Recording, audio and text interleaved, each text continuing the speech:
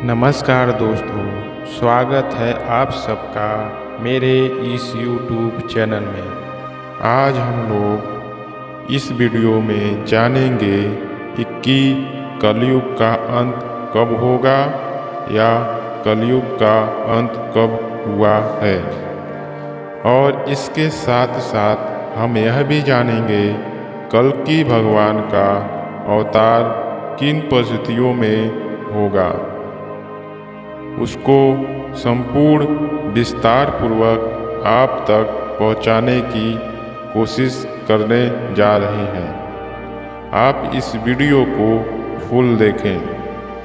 अगर आप मेरे इस YouTube चैनल में नए हैं तो मेरे इस YouTube चैनल को सब्सक्राइब करें और बेल आइकन ऑल पर प्रेस कर दें। दोस्तों, आज से लगभग 2500 वर्ष पूर्व की बात है, जब उस समय घोर कलयुग था। उस समय का इतिहास उठा के आप देखेंगे तो उस समय के जो राजा महाराजा थे वह सिर्फ अपने भोग के लिए ही सोचते थे। उस समय की प्रजा क्या करेगी, इसको कोई नहीं समझ रहा था। यहाँ आप उस समय की बात सुन रहे हैं कि जब घोर कलयुग था। घोर कलयुग उस समय था जब कहीं पर भी कोई सुविधाएं नहीं थी, ना कोई मकान थे, ना किसी के पास ठीक से खाने ओढ़ने पहनने के लिए वस्त्र थे। उस समय के राजा भी प्रजा पर कोई भी विपत्ति का वो देखते नहीं थे।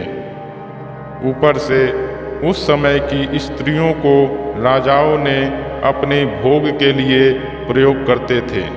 कोई सुंदर स्त्री मिल जाए, कोई सुंदर लड़की रहे तो उसको उठा के लेके चले जाते थे और कुछ समय बाद उनको कोठे पर बैठा दिया जाता था।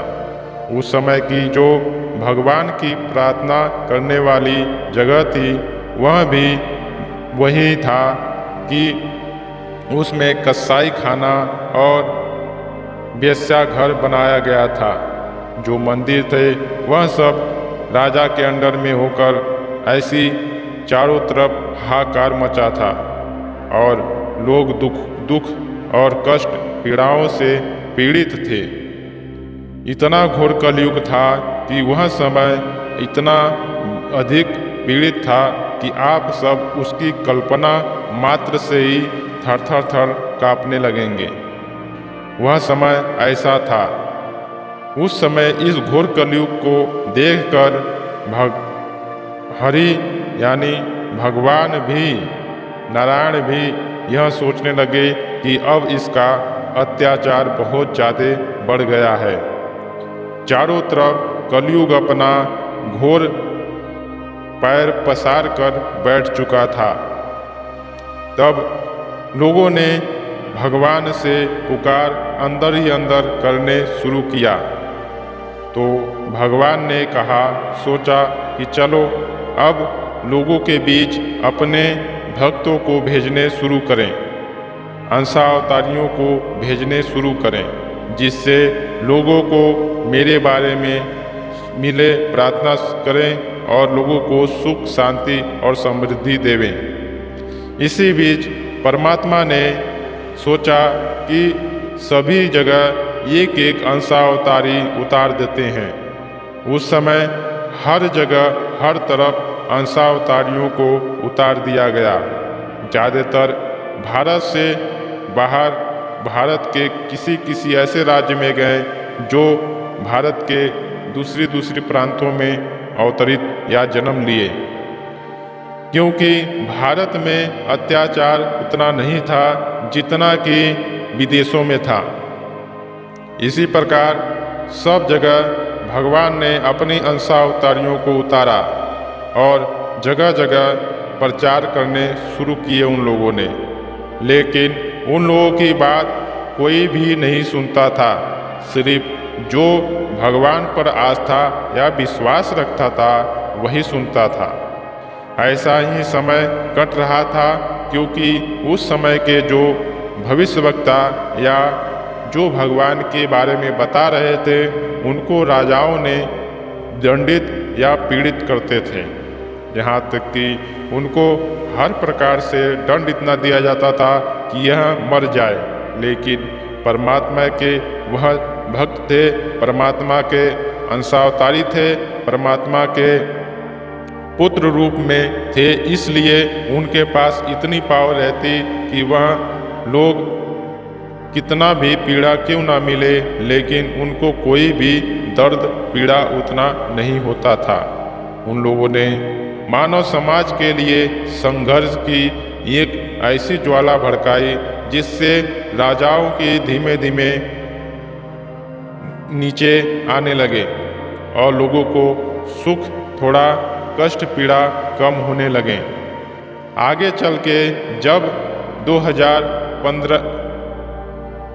1500 वर्ष पूर्व की बात है, जब उसी समय मूसा अलैहिस्सलाम, दाऊद, दरिया और भी हिंदू महात्मा संत उतारे गए। उसी बीच तांत्रिक भी उतारे गए कि जो भूत प्रेत और पिशाचों से पीड़ित हैं, उन तक यह सब जाकर उनकी भी समस्या सुलझाएं। उसी बीच यह सब भी उतारे गए और समाज के कल्याण के लिए सबको आगे बढ़ाया गया। परंतु वहाँ उस समय भी इतना समझदार लोग नहीं थे, उन सब की भी बहुत ही विपत्तियों से सामना करना पड़ा। और जब उनको जान चमत्कार बहुत ज़्यादा दिखाने लगे तो लोग उनके पीछे चलने लगे और उनको भगवान घोषित करने लगे। वह जानते थे लोग कि मैं भगवान नहीं हूँ, फिर भी वह लोग इस बात को बता नहीं सके। आगे चल के उसके बीच आगे कुछ समय बाद ईसा मसीह, मोहम्मद साहब, इधर आपके गुरु नानक देव और भी बहुत से पुरुष उतारे गए। और उसी समय उस समय बड़े चमत्कार होने स्टार्ट हुए, जिससे बड़े चमत्कारों से उन लोगों तक और भी भक्ति भाव जगाई गई। फिर भी मोहम्मद साहब, ईसा मसीह को बख्शा नहीं गया। उन्हीं के लोग, उन्हीं के समाज के लोग उनको मारने की कोशिश की। यहाँ तक कि मोहम्मद साहब को तो मार के लोगों ने खाई में फेंक दिया था कि अब मर गया है, इसका अब कोई ज़रूरत नहीं है। मोहम्मद साहब इतना ईमानदार थे, इतना अल्लाह ताला पर विश्वास रखते थे कि वहाँ इन सब बातों को अपने ऊपर ऐसी ले गए कि उनमें अल्लाह ताला का रूह या अल्लाह ताला की पावर इतनी बढ़ गई कि वह अल्लाह ताला की सारी बात बोलने लगे। इसी प्रकार उनको बहुत सी संघर्ष झेलना पड़ा। इधर ईसा मसीह को भी इसी प्रकार बहुत सी दंड पीड़ाएं मिली। लेकिन उसी के बाद बड़े बड़े राजाओं ने अपने आप ही सब संभलने लगे। आगे चलते चलते बहुत से राजा बने जो धार्मिक बने, जो भारत के लिए एक बेहतरीन समाज को प्रकट किया।